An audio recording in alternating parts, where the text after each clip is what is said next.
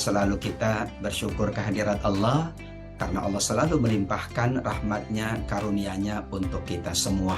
Layaklah kita selalu meningkatkan iman dan takwa melalui berbagai ibadah kita, amal soleh kita, dan kebaikan-kebaikan kita. Insya Allah, Allah berkenan menerimanya dan membalasnya dengan balasan yang berlipat ganda. Salawat serta salam selalu terlimpah kepada baginda Nabi besar Muhammad Sallallahu Alaihi Wasallam.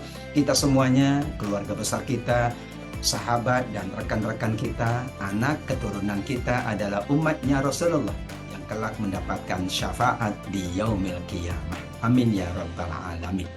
Berbicara tentang 10 hari pertama bulan Zulhijjah merupakan pembicaraan yang penting dalam kita memaknai apa keutamaan 10 hari pertama bulan Zulhijjah. Yang pertama, Allah Subhanahu wa Ta'ala bersumpah dengan 10 hari di bulan Zulhijjah, wal fajri walayalin ashar, demi waktu fajar dan demi malam yang 10. Di antara ulama tafsir ada yang memahami malam 10 adalah 10 Zulhijjah. Inilah pendapat mayoritas para mufassir yang bersumber dari sahabat Ibnu Abbas radhiyallahu anhu.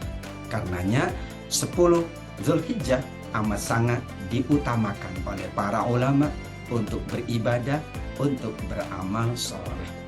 10 hari pertama bulan Zulhijjah juga adalah merupakan penutup dari Ashhurum Ma'lumat, bulan yang dimaklumi dalam pelaksanaan ibadah haji. Di surat Al-Baqarah 197, Al-Hajju Ashhurum Ma'lumat. Sungguh musim haji itu adalah beberapa bulan yang dimaklumi. Ashhurum Ma'lumat yang dimaksud di ayat ini adalah Syawal, Dzulqa'dah, dan 10 hari pertama bulan Zulhijjah, sebagaimana diriwayatkan oleh sahabat Ibnu Umar radhiyallahu anhu. 10 hari pertama bulan Zulhijjah termasuk 40 hari yang Allah berjanji kepada Nabi Musa alaihissalam untuk bermunajat kepadanya. Surat Al-A'raf ayat 142, wa wa'adna Musa 30 lailah wa atmamnaha bi ashrin fatamma miqatu rabbih 40 lailah. Dan kami janjikan kepada Nabi Musa untuk memberikan Taurat setelah berlalu waktu 30 malam, dan kami sempurnakan dengan 10 malam lagi, sehingga sempurnalah waktu yang Allah tentukan untuk Nabi Musa selama 40 malam. Allah memilih 10 hari pertama bulan Zulhijjah untuk menyempurnakan Nabi Musa bertemu dengan Allah Subhanahu wa Ta'ala. Inti dari memaknai keutamaan 10 hari pertama bulan Zulhijjah adalah bagaimana kita memaksimalkan keutamaan tersebut dalam rangka beribadah dan beramal soleh. Karenanya baginda Nabi Muhammad SAW dalam hadis Ibnu Abbas radhiyallahu anhuma dikatakan, ma min ayyam al-amalu salihu fiha ahabbu ilallah min hadhil ayyam, yakni ayyam al-ashar. Tidak ada satu amal soleh pun yang lebih dicintai oleh Allah melebihi dari amal soleh yang dilakukan pada hari-hari ini, yaitu kata Nabi 10 hari pertama bulan Zulhijjah. Para sahabat bertanya, tidak pula jihad di jalan Allah ya Rasulullah? Nabi kemudian menjawab, tidak pula jihad di jalan Allah kecuali ia berangkat dengan harta dan jiwanya, dan tidak ada yang kembali satupun, ia menghadap Allah Subhanahu wa Ta'ala. Hadis Abu Dawud, Tirmidzi, Ahmad, dan Ibnu Majah.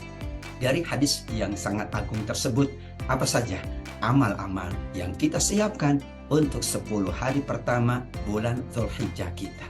Ada puasa Arafah tanggal 9 Zulhijjah. Keutamaannya menghapus dosa 1 tahun yang lalu dan 1 tahun yang akan datang.